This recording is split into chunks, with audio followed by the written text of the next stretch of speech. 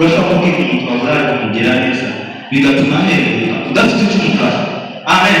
Udafite icyo udafite icyo wongera, ariko kubera amagambo meza mu isi, ariko dufite icyo twazi, dufite n'icyo twagereyeho hano ku isi, dufite n'icyo twaje gukora. Barasubiye hano ntabwo twaje ibintu tugera mu isi iwacu. Rero niyo mpamvu tuba twaraje kugira icyo dukora kugira ngo tubahe akamaro mu gihe cyacu. Barasubiye rero tugiye kuganira hejuru yo kuvugurura ibintu muri sosiyete, mu ikanisi, uba akahe kamaro hanze, uba akahe kamaro, ese uba akahe kamaro umaze iki hano neza. Biteka Imana igira neza, biteka Imana ikomeye, turagushimira twemeye tukazuna ububasha kugira ngo duhagarare imbere yawe, turagusaba uze kudushoboza kugira ngo tukuvuge duhamye izina ryawe, kuko byose bishobozwa nawe imbaraga. Turakwegereje gusobanura natwe gusa tugire neza, imbaraga za muntu bwawe natwe tugiye kwivuga, n'abagiye gusumva babashe gusumva ndetse no gusobanukirwa, kuko niwe uzabasha guhindura kandi niwe uzabasha gusobanura Kristo wera. Twebwe bwacu twavuga ariko Kristo wera ntabwo twakwishoboza. Turagusaba usobanure natwe muri byose. Amen. Wanasiwe iri ni ryo jambo umwuka yampaye kugira ngo tuganire muri uyu mwanya. Wanasiwe tugiye kuganira hejuru y'ijambo rivuga ngo kuba uw'akamaro mu gihe cyawe. Wanasiwe tuzi abantu benshi babaye akamaro muri Bibiliya bazabavuga, ndetse no mu miryango turabaza abantu benshi babaye abakamaro mu gihe cyabo. Wanasiwe tugiye kwifashisha umugore uri muri Bibiliya witwa Dorukasi, yabaye uw'akamaro mu gihe cyiwe. Wanasiwe yakoze imirimo myiza. Bibiliya zitubwira Dorukasi nta bana yaragira, nta mugore yaragira, nta muryango yaragira ukomeye, ndetse ntabwo yari aturuka akomeye, ariko yabaye ingirakamaro mu gihe cyiwe, bituma ari icyamamare ndetse n'umugambi w'Imana aramamara. Wanasiwe iyo tugiye kuganiraho, tugiye kuganira hejuru y'ijambo rivuga ngo kuba uw'akamaro mu gihe cyawe. Wanasiwe iri ni ryo jambo tugiye kugira ngo tuganire. Dorukasi yari umugore Bibiliya benshi bazashaka kuba mu mupfakazi, ariko ntabwo ari umupfakazi biratazi sivuga. Wanasiwe yarahagurutse mu gihe cyiwe, afasha imfubyi n'abapfakazi, akora imirimo ikomeye, akora ibitangaza, afasha abantu nta bintu byinshi yari mu kazi kiwe gusa ko gusobanura. Wanasiwe yakoze imirimo ikomeye, akora ibitangaza, afasha imfubyi n'abapfakazi. Mu gihe cye aba uw'ingirakamaro mu gihe cye. Wanasiwe rero tugiye kuganira wewe naje. Wanasiwe tugiye kuganira rero nawe, ese turiki natwe turakahe kamaro mu bw'isi. Niryo jambo nguhaye wibaza, ibindi navuga byose, ariko kandi ijambo rivuga ngo hano ku isi bifite akahe kamaro. Ni iki kikwicaza hano ku isi? Wanasiwe twaje hano ku isi, ariko dufite icyo twazi, dufite n'icyo twagereyeho hano ku isi, dufite n'icyo twaje gukora. Wanasiwe hano ntabwo twaje ibintu tugera mu isi iwacu. Rero niyo mpamvu tuba twaraje kugira icyo dukora kugira ngo tubahe akamaro mu gihe cyacu. Wanasiwe rero tugiye kuganira hejuru yo kuvugurura ibintu muri sosiyete, mu ikanisi, uba akahe kamaro hanze, uba akahe kamaro, ese uba akahe kamaro umaze iki hano ku isi. Izakozwe n'intumwa 37 zabitubwira umusore witwa Yosefu. Yahagurutse mu gihe cyiwe, yari umwana mutoya mu muryango wabo. Wanasiwe yari umwana mutoya mu muryango wabo, ariko yarahagurutse aza kuvuga mu muryango wabo. Wanasiwe aho bari bafite inzozi. Wanasiwe yari abana n'abahise, ndetse ntibari bafite ingeso nziza, ntibari bafite imirimo myiza, ariko iyo yarahagurutse mu gihe bahise batari bafite imirimo myiza, ariko iyo arahaguruka muri bese, arahaguruka aba uw'ingirakamaro. Wanasiwe kugira yarahagurutse mu gihe ciwe, mu gihe bene se bari bafite izindi ngeso, ariko yarahagurutse mu gihe ciwe. Barashima nubwo duturanye abantu bafite ingeso mbi, nubwo duturanye n'abantu b'isi, nubwo tugendana n'abantu b'isi, nubwo tworana, ariko ugomba kumenya mbese wahamagariwe ufite akahe kamaro. Barashima nutahura ukamenya icyo wahamagariwe, ukamenya icyo wakora, nibwo uzamenya akamaro kawe. Barashima ariko mu gihe utaratahura akamaro kawe n'icyo wahamagariwe, amen, tuzabasha gukora icyo wahamagariwe. Barashima rero iyo yarahagurutse mu gihe ciwe arakora, mu gihe bene se bari bafite ingeso mbi ndetse n'ibindi bidafite, ariko yarahagurutse. Urashobora gukora n'Imana bafite ingeso mbi, ariko tubokubuza kubavuga, tubokubuza umuhamagaro wawe, tubokubuza icyo wahamagariwe. Barashima rero tumenye icyo twahamagariwe ku isi, tumenye akamaro kacu hano ku isi, tumenye icyo dukwiye gukora hano ku isi, tumenye ibyo dukora hano ku isi. Barashima ntabwo dusa n'abantu b'isi, cyangwa ntabwo dukwiriye kumera nk'ab'isi ukaza mu isengero ariko ingeso zawe ziri hano hanze. Barashima Yosefu yarabana na bene se, ariko ntibatumye agira ingeso zabo, ahubwo iwe yabugiye guco yahamagariwe, yabungiye guco inzozi ziwe yose. Barashima bituma mu gihe kizaza afasha bene se, abafasha mu gihe cya kirete, mu gihe babona ko n'igihe bamugambanye ariko aremera abafasha. Barashima kubera ibyahagaze mu gihe ciwe neza, yakoze igihe ciwe neza. Barashima rero natwe dukwiriye kuba abakamaro mu gihe cyacu, dukwiriye gukora tukamenya icyo twambaye, tukamenya akamaro kacu, tukamenya inshingano zacu. Barashima ntabwo dufite inshingano z'abantu bari ku isi cyangwa abandi bakora izabo.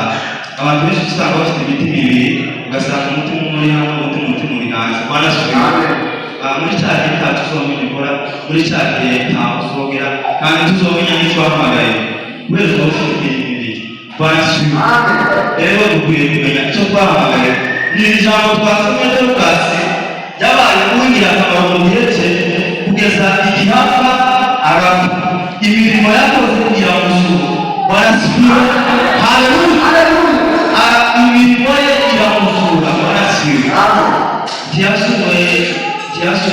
ntiyari umutunzi cyane, ntiyari umuntu ukomeye, ntiyari umuntu wogira ubuvugiro mu isi, ntiyari umuntu wogira ubuvugiro no mu ijuru. Barashima ariko kubera imirimo yiwe myiza. Barashima ntabwo tuzavuga cyane nuko turi abakomeye cyane nuko dufite ibikomeye, ahubwo imirimo yacu abantu bazavuga kubera izo wabakoreye, kubera izo wabakoreye. Barashima rero Lukasi yageze igihe arapfa, bituma Petero atugiza ati kubera imirimo ya Lukasi iramuvugira. Barashima iramuvugira ituma Lukasi asuka. Barashima nawe ahari imirimo yawe ashobora kuvugira. Lukasi aho yarageze ntiyaragishoboye kuvuga, ntiyaragishoboye gukora, ntiyaragishoboye no kwinyeganyeza, ariko kubera imirimo yiwe myiza yaramuvugiye. Barashima yaramuvugiye ituma Lukasi asuka. Barashima ituma Lukasi yongera kubaho. Barashima rero natwe dukwiye gukora imirimo myiza, tukaba abakamaro muri kino gihe, tukaba abakamaro mu isi ndetse n'ahandi.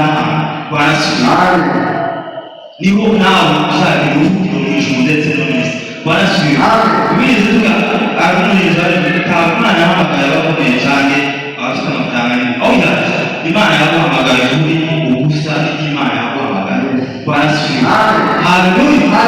Rero dukwiye kuba abakamaro mu gihe cyacu, ntabwo bije bitari bisangura umusore, ntabwo bisangura umumama uri umugabo. Oya, umuntu Lukasi ari umumama, hariho n'abandi bagabo bagiye abakamaro mu gihe cyabo. Barashima Yosefu yari umusore ariko yabaye uw'ingirakamaro mu gihe cye, n'abandi benshi babaye abakamaro mu gihe cyabo. N'ubu turacyabavuga, n'ubu turacyabavuga. Barashima kubera babaye abakamaro mu gihe cyabo. Ese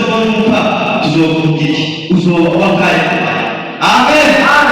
Uzoba akamaro kuri ino si, uzovuga iki rwasibiwe n'ijuru, uzovuga iki hano mu isi, uzovuga iki kubera turi imbere ya data. Tuzobazwa ibyo twakoze, tuzobazwa imirimo myiza twakoze rwasibiwe. Ntabwo uzoshika mu ijuru uvuge muje ngo nari wa nyanaka cyangwa ngo nari umutukamwe. Oya, twese mu ijuru tuzatungana, ahubwo izo wakoze nizo gusa bizoza byigaragaza. Nawe muri icyo ukagira uruvugiro nawe ukaze, ukagira uruvugiro nawe imirimo yawe muri icyo gihe wanasubiye. Hano mu isi n'ubwo imirimo yacu wanasubiye, ariko mu ijuru igihe tutavuga icyo gihe imirimo yacu isi, icyo gihe imirimo yacu izokora. Amen. Rero natwe tugiye kuba ari akamaro mu gihe cyacu wanasubiye. Rero ubuzubikora ariko n'ubwitizanya kugira ngo urushiriza ureke gucika intege, aho kurushiriza kugira imirimo myiza. Amen. Kugira ngo nawe mu ijuru uzogire imirimo myiza ikuvugira kwa data. Amen. Rero guhaye ijambo rivuga ngo wakuba akamaro mu gihe cyawe. Amen. Wakuba akamaro mu gihe cyawe, mu gihe nk'iki ariho byinshi biwukeneye. Imiryango iragukeneye kugira ngo ube akamaro, hanze baragukeneye kugira ube akamaro, hano mu ikanisa baragukeneye kugira ube akamaro. Amen. Kuri zose baragukeneye, ibyinshi bidukeneye. Amen. Ibyinshi bidukeneye, si amafaranga dukeneye, si ibiti bidukeneye, ahubwo dufite byinshi bidukeneye. Amen. Bahamagariye gukiza ndetse no kugarura abari barasize. Amen. Rero natwe dukwiye kuba akamaro mu gihe cyacu. Amen. Tukaba akamaro mu gihe cyacu. Ntabwo hari benshi bazavuga ngo nibona amafaranga ngo nimuzokora. Amen. Ntabwo biri tubwira ko yari umukire. Amen. Yari umuti usora warasize, ariko avuga akamaro. Amen. Rero twe kwitwaza ibiri hano ku isi, musheho ntabwo mfite icyo kumufasha. Amen. Ntabwo mfite icyo mukora, ntabwo muba akamaro. Amen. Ntabwo ukishimye. Amen. Bene aho babishishikanye ntaho waraze, ariko niba ufite aho waraze. Amen. Uzuba akamaro mu gihe cyawe, bityo uzagufasha, bityo uzagufasha. Amen. Ukabona akamaro ugafasha no kuvuga wenyine kwawe bizagutuma uba akamaro. Amen. Urashobora kubwira umuntu wawe kumugera neza, bigatuma aheruka udafite icyo umufasha. Amen. Udafite icyo ariko kubera amagambo meza wamubwira bigatuma arema akongera akamuzi. Amen. Rero kuri zose ni byinshi zotuma tuba akamaro, ni byinshi zotuma natwe tugira uruvugiro mu gihe tutabasha kuvuga, mu gihe tutabasha gukora, tukaba abakamaro. Amen. Tukaba abakamaro mu gihe tutabasha kuvuga, aho tutabasha gukora. Amen. Tukaba abakamaro. Amen. Ari ibintu byinshi kivugira, ibyo dukora tukivugira, ibyo abantu bakatuganira neza. Amen. Ariko tugenda wazugera ngo mubanyana. Amen. Mubanyana kandi akamatanga kutondera amakuru yase. Amen.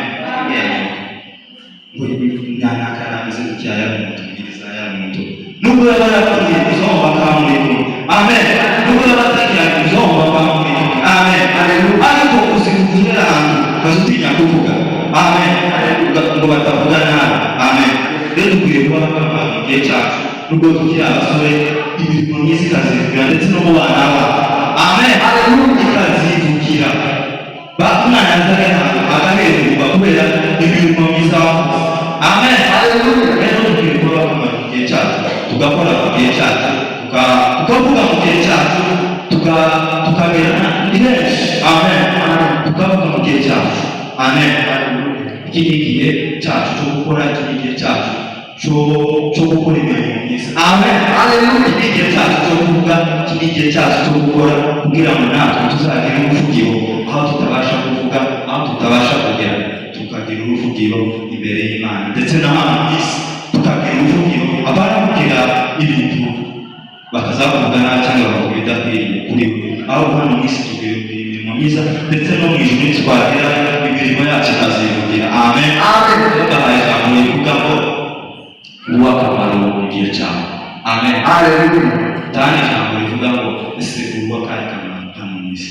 Ufite akahe kamaro hano ku isi? Ufite ni ibiki wakora hano ku isi? Ni ibiki nawe byotuma biruzuka? Ni ibiki nawe byotuma uvuga? Amen. Rero natwe dukwiye gushaka imirimo myiza kugira natwe tuzogere bizotubwe mu gihe tutakibasha kuvuga. Ijambo ry'Imana ribafashe, ijambo ry'Imana ribaganze, Imana ikomeze ibagire neza, ibahe ubuntu n'imbabazi ndetse no kugira imirimo myiza hano ku isi. Ijambo ry'Imana ribafashe.